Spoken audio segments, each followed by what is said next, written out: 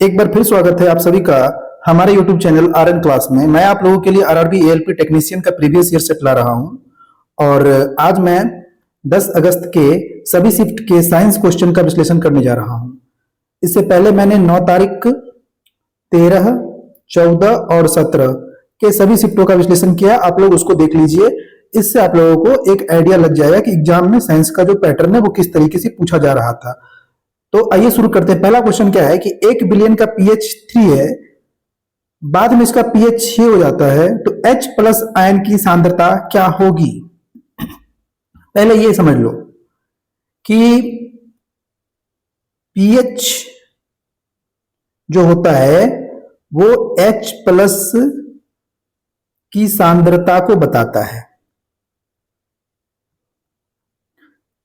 अब एक उससे पहले एक चीज और समझ लो, ये जैसे हमारा पीएच स्केल है 0 से लेकर अगर 14 तक मेंशन है इस पे, और ये 7 है तो 7 से ऊपर ये क्षार को डिनोट करता है और 7 से नीचे ये अम्ल को। तो हम जब 7 से नीचे की तरफ जाएंगे तो अम्लीय प्रकृति क्या होगी, बढ़ेगी। यानी कि जब पीएच का मान कम होगा, जब पीएच का मान क्या होगा, कम होगा, ध्यान रखिएगा, तो क्या होगा, अम्लीय प्रवृत्ति बढ़ेगी। और आपको पता है कि अम्लीय प्रवृत्ति जब बढ़ेगी तो H प्लस आयन का क्या होगा, सांद्रता बढ़ेगा। यानी कि पीएच जो है वो H प्लस आयन के व्युत्क्रमानुपाती है। यहां से एक चीज क्लियर होगी आप लोगों को कि पीएच जो है वो हाइड्रोजन आयन के व्युत्क्रमानुपाती है। कहने का मतलब ये है कि अगर पीएच का मान बढ़ रहा है तो अम्लीय प्रवृत्ति घट रही है, अगर अम्लीय प्रवृत्ति घटेगी तो H प्लस आयन क्या होगा, कम होगा। ध्यान रखिए, क्योंकि आपको पता है कि जो अम्लीय प्रवृत्ति के जो अधिक अम्ल होगी है ना, परबल अम्ल जो होगा उसमें H प्लस आयन का क्या होगा, बहुत ज्यादा होगा, जल में घुलने पे देगा।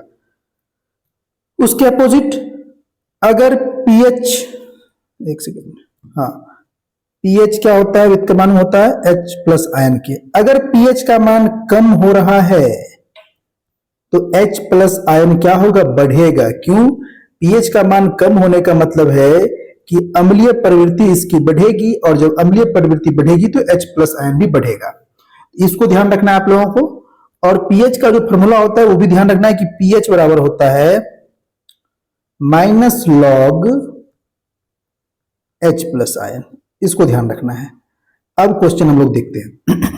तो कह रहा है कि पीएच का मान पहले 3 था, अब 6 हो गया, यानी कि पीएच का मान बढ़ गया। पीएच का मान पहले 3 था, अब 6 हो गया, पीएच का मान बढ़ गया, तो H प्लस आयन क्या होगा, कमेगा। ध्यान रखिएगा, बढ़ नहीं सकता, कमेगा। अब कितना कमेगा वो मैं आपको बता देता हूं। अगर 3 का पीएच है तो उसमें H प्लस आयन हो जाएगा 10 के power minus 3 H plus ion. अगर 6 का पीएच है तो उसका मतलब हो जाएगा 10 के power minus 6 H plus ion. पहले इसको समझ लीजिए। अब देखिए, पीएच 3 था, H प्लस आयन था 10 के पावर माइनस 3, पीएच बढ़ के हो गया 6, लेकिन H प्लस आयन हो गया 10 के पावर माइनस 6। ऐसा है कि माइनस में बढ़ा है, यानी कि घटा है ना। तो कितना से घटा है, तो 1000 गुना से घट गया है। ऑप्शन नंबर 4 इसका करेक्ट आंसर हो जाएगा। अच्छा क्वेश्चन था, इसमें लॉजिक अच्छा लगा हुआ है, ध्यान रखिएगा। 4 मीटर प्रति सेकंड के वेग से गतिमान 0.5 किलो, पहले तो वेग दिया गया है कितना, 4 मीटर पर सेकंड। उसके बाद वजन दिया गया है, द्रव्यमान, वजन नहीं द्रव्यमान दिया गया कितना, 0.5 kg। गतिज ऊर्जा पूछ रहा है। गतिज ऊर्जा का जो फॉर्मूला होता है वो होता है 1/2 mv²। 1/2 इंटू m कितना है, 0.5 है, और v कितना है, 4 इंटू 4 16। इसको काट दो, 2 8 16, 8 5 40, 4 जूल निकल के आएगा। ऑप्शन नंबर 3 करेक्ट हो जाएगा, ध्यान रखिएगा। ओजोन के एक अणु में कितने परमाणु मौजूद होते हैं, आपको पता होना चाहिए। जब भी हम ओजोन का इसको लिखते हैं तो वही O3 की फॉर्म में रहता है, यानी कि कितने परमाणु हैं, एक साथ में 3 परमाणु। ऑप्शन नंबर 2 करेक्ट हो जाएगा। और O3 जो है वो ऑक्सीजन प्लस एक O से इसका रिएक्शन ये होता है। और जो ओजोन है वो हमारे सौरमंडल के अर्थ के समताप मंडल में इसकी एक परत है जो सूर्य से आने वाले अल्ट्रावायलेट रे से हमें बचाती है, ध्यान रखिएगा। कार्बन का परमाणु द्रव्यमान 12 है और हीलियम का 4 है। निम्न में से कौन सा कथन प्रत्येक तत्व के 1 मोल के लिए सही है?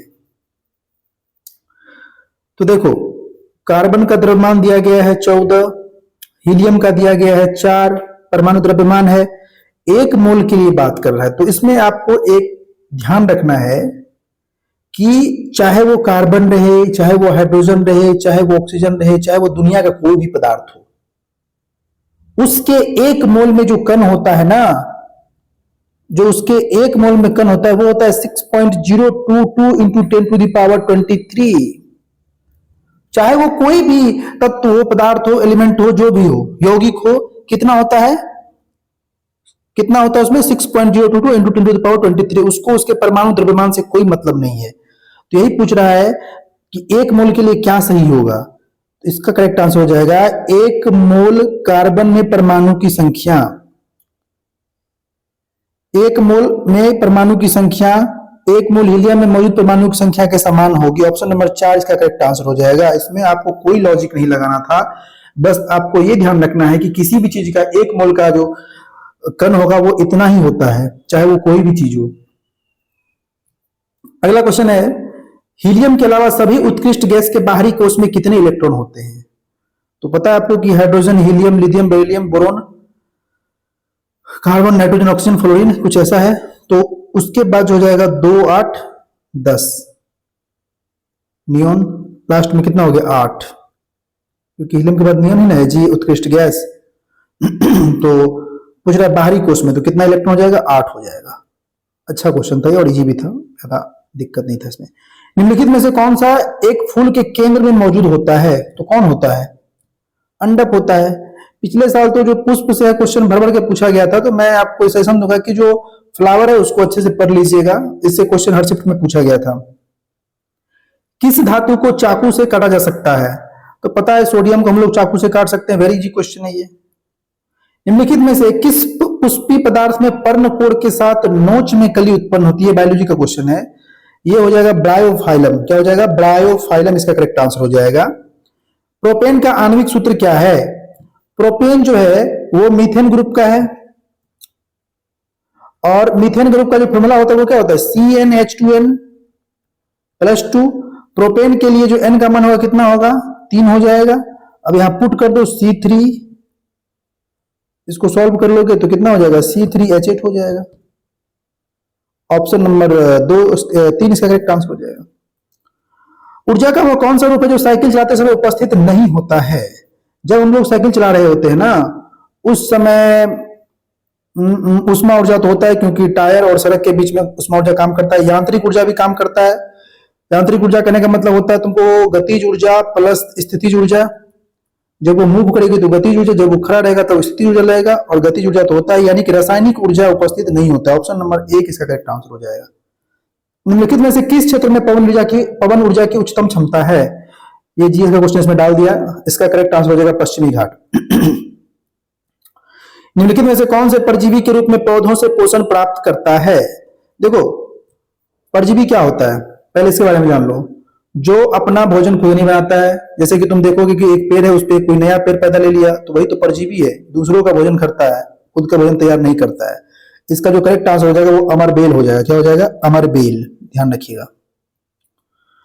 डैश कई बहुखंडन द्वारा प्रजनन करता है। कौन है जो जिसमें बहुखंडन होता है? तो ये है प्लाज्मोडियम। कौन है? प्लाज्मोडियम। ऑप्शन नंबर 2 इसका करेक्ट आंसर हो जाएगा, प्लाज्मोडियम। जब प्रकाश की किरण एक सघन माध्यम से विरल माध्यम तक जाती है तो यह क्या होती है? देखो, 2 माध्यम है, ये सघन है और ये विरल है।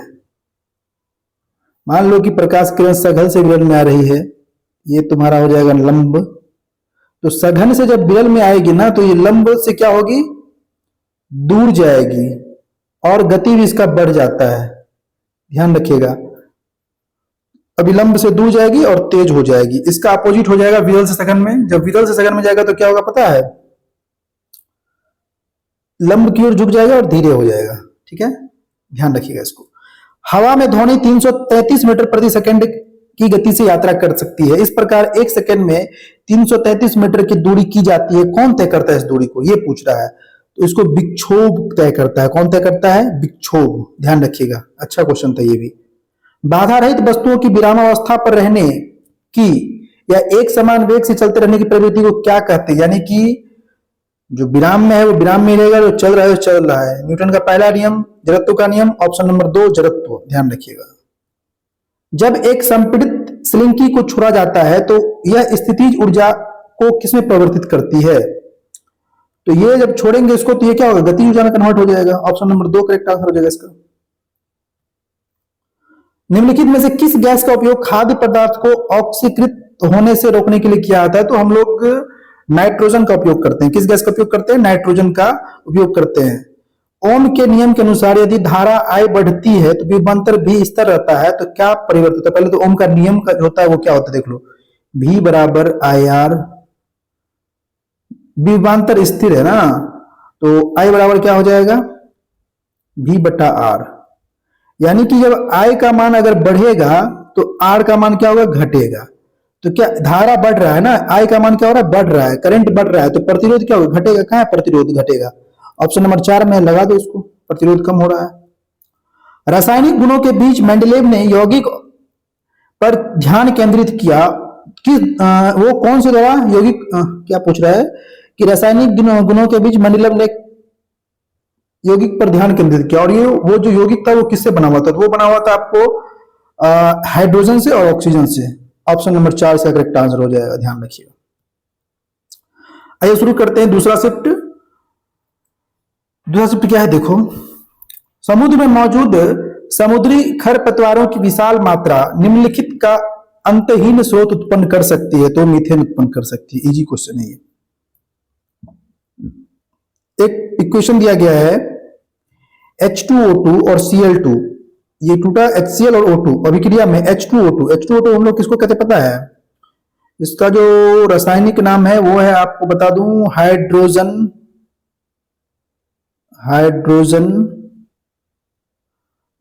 परऑक्साइड। Hydrogen peroxide. यहां पे जो हाइड्रोजन परऑक्साइड है ना, ये देखो क्या किया? ऑक्सीजन को छोड़ दिया, और जब ऑक्सीजन को छोड़ दिया तो ये किसका काम करेगा? खुद को रिड्यूस कर रहा है, रिड्यूस कर रहा है ना जी। तो ये एक अपचायक का काम कर रहा है। किसका काम कर रहा है? एक अपचायक का काम कर रहा है। ध्यान रखिएगा। गति का पहला समीकरण किसके संबंध को दर्शाता है? तो पहला समीकरण है V बराबर U प्लस AT। तो ये वेग और समय के बीच की संबंध को दर्शाता है। कहां के? ऑप्शन नंबर 3 वेग और समय। निर्वात में प्रकाश का वेग है, बहुत ही आसान क्वेश्चन, 3 गुना 10 के पावर 8 मीटर पर सेकंड। कहां है? लगा दो ऑप्शन नंबर 1।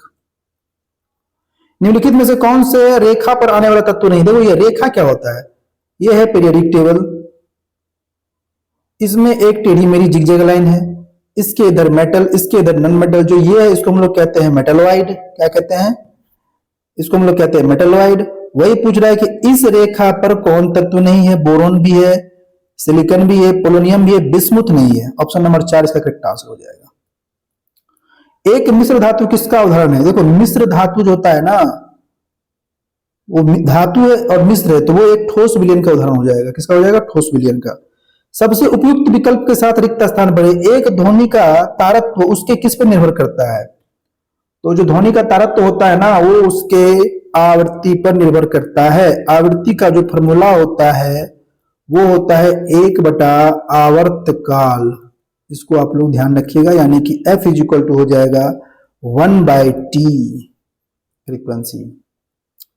यदि धातु A अपने विलयन से धातु B को विस्थापित कर दे, तो धातु A, देखो कोई विलयन है, ठीक है, उसमें से क्या हो रहा है? कोई विलयन है, मान लो A क्या कर रहा है? B को उसमें से क्या कर रहा है? विस्थापित कर रहा है। यानी कि A उससे अधिक अभिक्रियाशीलता तो कर रहा है ना, तो A क्या हो जाएगा? B से अधिक अभिक्रियाशील है। ऑप्शन नंबर 1 इसका करेक्ट आंसर हो जाएगा। यौन प्रजनन में एक जनक का योगदान होता है। यौन प्रजनन में क्या होता है? जो मेल है और जो फीमेल है, पता है आपको कि इसके पास भी 23 गुणसूत्र हैं और इसके पास भी 23 नहीं 23 जोड़ा, 23 पेयर, 23 पेयर। ये अपना 23 देता है और ये अपना 23 देता है। यानी कि क्या हो रहा है, उनके गुणसूत्रों का वो आधा दे रहा है। ऑप्शन नंबर ए इसका करेक्ट आंसर हो जाएगा। निम्नलिखित में से किसका उपयोग करना गलत होगा? किसी तत्व का एक मोल सही है, किसी यौगिक का एक मोल ये भी सही है, किसी तत्व का परमाणु ये भी सही है, किसी यौगिक का परमाणु ये गलत है। क्यों? क्योंकि यौगिक का परमाणु नहीं, यौगिक का अणु होता है ना। ये कहना सही नहीं। ऑप्शन नंबर एक इसका करेक्ट आंसर हो जाएगा। निम्नलिखित में से कौन सा जानवर बडिंग द्वारा प्रजनन करता है? Repeated question, hydra. Option number एक। मैं बता दूं, मैंने लगभग आधे से अधिक शिफ्ट का विश्लेषण किया है। जो आपका बायोलॉजी है ना, बायोलॉजी में कहां से क्वेश्चन पूछा है? जो प्रजनन तंत्र है, प्रजनन तंत्र पादप का, उसके बाद मेल फीमेल जो है अपना वो, उसके बाद क्वेश्चन कहां से पूछा बताता हूं। उसमें बायोलॉजी में और क्वेश्चन पूछा है, पादप का पूरा पूछा है, पादप प्रजनन ध्यान से पढ़ लीजिएगा। और थोड़ा सा पूछ लिया है हार्मोन से, वृद्धि हार्मोन जो होता है वो सबसे क्वेश्चन पूछा गया है, ध्यान रखिएगा। संक्रमण तत्व क्या होता है? संक्रमण तत्व वो होता है जिसके दो बाहरी कोष अपूर्ण होते हैं। ऑप्शन नंबर एक इसका करेक्ट आंसर हो जाएगा। जो आपका संक्रमण तत्व होता है उसका एग्जांपल हो जाता है कॉपर, जिंक, एजी, एयू, ये सब संक्रमण तत्व है। इसको हम लोग एफ ब्लॉक का तत्व भी कहते हैं, एफ ब्लॉक। यांत्रिक ऊर्जा गतिज ऊर्जा का संयोजन क्या होता है? पता है, यांत्रिक ऊर्जा जो है गतिज ऊर्जा प्लस स्थितिज ऊर्जा। दबा के क्वेश्चन पूछा था इस शिफ्ट में, ये हो जाएगा ऑप्शन नंबर 3, क्योंकि यांत्रिक ऊर्जा होता है इन दोनों का सम होता है। इससे भी क्वेश्चन और इससे भी क्वेश्चन दबा के पूछा था लास्ट टाइम ऊर्जा में। मानव मस्तिष्क का कौन सा भाग मुख्य रूप से चिंतन के लिए उत्तरदायी होता है? तो ये हमारा जो है सो अग्र मस्तिष्क होता है। कौन होता है? अग्र मस्तिष्क, जिसको हम लोग प्रमस्तिष्क भी कहते हैं। इसका जो थैलेमस हाइपोथैलेमस पार्ट है वो सोचने में उत्तरदायी होता है। निम्नलिखित में से कौन सा पुरुषों में प्राथमिक यौन अंग होता है? तो ये हमारा वृषण होता है, जहां पे हमारा क्या होता है, शुक्राणु बनता है, वहीं पे स्टोर रहता है, उसको हम लोग वृषण कहते हैं और अंग्रेजी में इसको टेस्टिस कहते हैं। जब एक मैग्नीशियम रिबन हवा में जलाया जाता है तो कौन सा यौगिक बनता है? तो ये बनता है आपको मैग्नीशियम ऑक्साइड। कौन सा बनता है? ये मैग्नीशियम ऑक्साइड बनता है, MgO। अगला क्वेश्चन है, गोलाकार दर्पण की परावर्तक सतह के केंद्र को क्या कहा जाता है? देखो, ये एक गोलाकार मान लो है, इसका दर्पण क्या होगा? इसी का एक पार्ट होता है। अच्छा, ये इसका बिंदु होता है, तो इसको हम लोग कहते हैं वक्रता केंद्र, जिसको हम लोग सी से नोट करते हैं। जहां पे जिसको कट कर रहा है उसको हम लोग पोल कहते हैं। और बीच में एक होता है फोकस, जो वक्रता केंद्र और पोल के बीच की मध्य बिंदु है, और इसको हम लोग क्या कहते हैं? अपर्चर कहते हैं। तो पूछ रहा है कि परावर्तक सतह के केंद्र को क्या कहते हैं, यानी कि पोल, ध्रुव। ऑप्शन नंबर 3 से करेक्ट आंसर हो जाएगा। ये तो पूछ रहा था इसमें, और तो कुछ था नहीं। निम्नलिखित में से किस वैज्ञानिक ने दो आवेशित कणों के बीच आकर्षण प्रतिकर्षण बल को नियंत्रित करने वाला सिद्धांत प्रस्तुत किया? तो ये था हमारे कूलॉम साहब। इन्होंने क्या कहा था कि अगर मान लो कोई चार्ज Q1 है, Q2 है, इन दोनों के बीच की दूरी R है, तो जो फोर्स लगेगा इन दोनों के बीच में वो लगेगा K Q1 Q2 बटा में R स्क्वायर। यही तो है कूलॉम्स लॉ। क्लियर? अब हम लोग अगले क्वेश्चन की तरफ बढ़ते हैं। निम्नलिखित में से कौन सा एक धनायन है? तो कार्बोनेट क्या है? ऋणायन है। क्यों ऋणायन है? क्योंकि ये होता है, कार्बोनेट को हम लोग लिखते हैं, एक सेकंड देख लो, CO3, इस पे चार्ज होता है 2- तो ऋणायन हो गया। नाइट्रेट भी ऋणायन है। हाइड्रोक्साइड OH, इस पे चार्ज होता है, ऋणायन हो गया माइनस में। अमोनिया जो होता है, अमोनिया का फॉर्मूला होता है NH4 और इस पे चार्ज होता है प्लस, यानी कि ये क्या है? धनायन है। ऑप्शन नंबर 3 इसका करेक्ट आंसर हो जाएगा। क्लियर? अब 10 तारीख के थर्ड शिफ्ट का विश्लेषण कर रहा हूं, जो कि सबसे लास्ट शिफ्ट है। आइए फटाक से इसको मैं फटाफट देख लेता हूं हम लोग। पृथ्वी के चारों ओर चंद्रमा द्वारा एक पूर्ण परिक्रमा में किया गया कार्य बराबर है। देखो, अब पृथ्वी के चारों ओर चंद्रमा घूम रहा है, घूम के फिर यहीं आ जा रहा है, विस्थापन हो गया 0, तो वर्क डन क्या हो जाएगा? 0 हो जाएगा, क्योंकि वर्क बराबर होता है F इंटू डी। अब डी होता है विस्थापन। अब घूम फिर के तुम वहीं पे आ जाओगे, तुम्हारा विस्थापन 0 हो गया, तो वर्क डन 0 हो गया। पौधों में कार्बोहाइड्रेट जिसका तत्काल कोई उपयोग नहीं होता, वो किस रूप में संग्रहित होते हैं? तो वो स्टार्च के रूप में जमा हो जाते हैं उसमें, ध्यान रखिएगा। 0.1 केजी की गेंद को विरामावस्था से गिराया जाता है, मास दिया गया है 0.1 केजी। जब यह 2 मीटर की दूरी से गिरती है, हाइट दिया गया है 2 मीटर, गुरुत्वाकर्षण बल दिया गया है 9.8 मीटर पर सेकंड जी का स्क्वायर। तो पूछ रहा है गुरुत्वाकर्षण बल द्वारा किया गया कार्य, सीधा निकाल दो पोटेंशियल एनर्जी, P बराबर mgh, आगे पीछे नहीं देखना इसमें। 0.1 गुना 9.8 गुना 2, ये उड़ेगा 98 गुना 196, 1.96 जूल हो जाएगा। 1 मीटर में कितने किलोमीटर होते हैं? अब ये भी क्वेश्चन बताना पड़ेगा क्या? 1 मीटर में होता है 1/1000 किलोमीटर। इसको डिवाइड कर दोगे तो कट कटा के ऑप्शन नंबर 4 आ जाएगा। निम्नलिखित में से कौन सी गैस चूने के पानी को दुधिया बना देती है? तो ये होता है अपना कार्बन डाइऑक्साइड, ऑप्शन नंबर 4। जो चूने का पानी है उसका फॉर्मूला होता है CaOH2, कैल्शियम हाइड्रोक्साइड, और जब ये कार्बन डाइऑक्साइड के साथ रिएक्ट करती है तो ये निकल कर देगा कैल्शियम कार्बोनेट प्लस वाटर। तापीय अपघटन पर अमोनिया नाइट्रेट क्या उत्पादन करता है? देखो, अमोनिया नाइट्रेट होता है तुम्हारा NH4NO3। जब इसको हम लोग हीट करते हैं तो ये कटकटा, ये जो टूटेगा वो छूटेगा N2O और H2O में। ऑप्शन नंबर 2 इसका करेक्ट आंसर हो जाएगा। रिएक्शन से क्वेश्चन दबा के पूछा था लास्ट टाइम।